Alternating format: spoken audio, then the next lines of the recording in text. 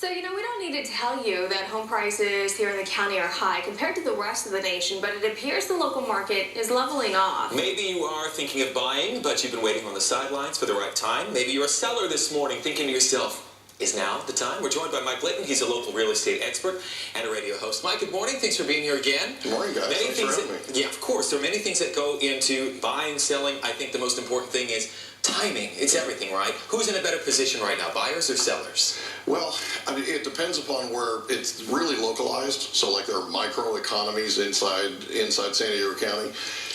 Really, sellers have an advantage when it comes to if their property's priced correctly.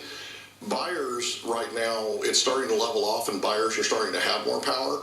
So it's kind of even across the county as an average, I would say. But it depends upon where you're looking. If inventory is higher and there are several homes that are priced that are not priced competitively, then buyers have an advantage. Yeah, they do. Well, what advice would you give to maybe a first-time home buyer out there? Maybe just someone who's looking, they want to expand their family and they want to move up. I would get pre-approved right now. I would call my lender today, get pre-approved. Is that a common mistake that people go out and they don't get that pre-approval? It's a huge mistake. Really? It's a huge mistake. First of all, they don't know what they qualify for. Second of all, we're dealing with a completely different lending environment. I want that $5 million home in La Jolla. Oh, I can't buy that $5 million home? And as a listing agent, if I receive an offer and it doesn't have a pre-approval, then I'm not taking it as seriously as I am the one that has the pre-approval. Mm-hmm. So a lot of people don't realize how incredibly important it is that they get pre-approved, and especially right now, there's a sense of urgency because the Federal Reserve is getting ready to stop what we call quantitative easing. They're going to stop buying $45 billion a month of mortgage-backed securities and U.S. Treasuries, and it terminates next week on the 29th, supposedly. If that happens, there's a finite number of bonds. If they stop buying bonds, bond prices are going to drop and yields are going to go up. It's an inverted relationship, which means the price of money or interest rates are going to follow those yields. All right, long story short, when you're talking about a $500,000 home in San Diego, which is very average and common, an interest rate of 1/4 point even, it's a huge difference when you're talking about the life of a 30-year loan. Absolutely. How high do you see interest rates going then? They could go, a lot of economists nationally are saying that fair market interest rates right now without quantitative easing are between 7 and 8% fixed for 30 years. Ouch, compared to where they're at now, which is what, 4 to 5? Exactly, and imagine, right around 4 or 4.5. Yeah. Imagine every 1/4% to the rate that interest rates go up, there are over 23,000 San Diegans that cannot qualify anymore to buy. Wow.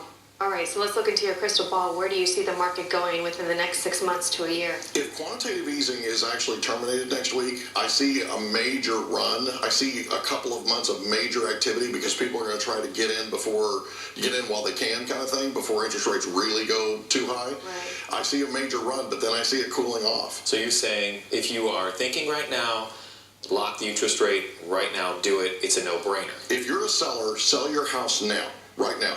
If you're a buyer, lock your loan now. Call your lender, lock your loan. Okay. Well, let's talk about all the foreclosures that we had on the market. Real roller coaster since obviously 2008 when the market dipped. What happened to all those homes? Are there still shadow inventory? Yeah, how about short sales? Are there really good screaming deals out there still for people that maybe have that, the ability to get into a short sale? Well, there are short sales out there. And in fact, I was just sitting with one of my agents in my office in Escondido yesterday, and she was indicating that we're seeing more short sales than we did even 6 months ago. The challenge is the lenders are not negotiating on these short sales the way they used to. Lenders before were trying to get out of these short sales. They were trying to do anything they could do to move these properties. They're not in the real estate business. Now they're sticking to their guns, and they're making real estate professionals and the real estate market come to them. So it's a different playing field now. All right, Mike. As always, thanks so much for your insight this morning. Great I'll to put see the you guys. information on the screen if anybody wants to contact you. You can go to MikeLittonRealEstate.com, or you can call Mike 760-291-1277. He's got all the 411 on everything that you might need. Mike, is always great speaking with you and great to have you on the show this morning. Great to see you guys. Thanks again. No problem.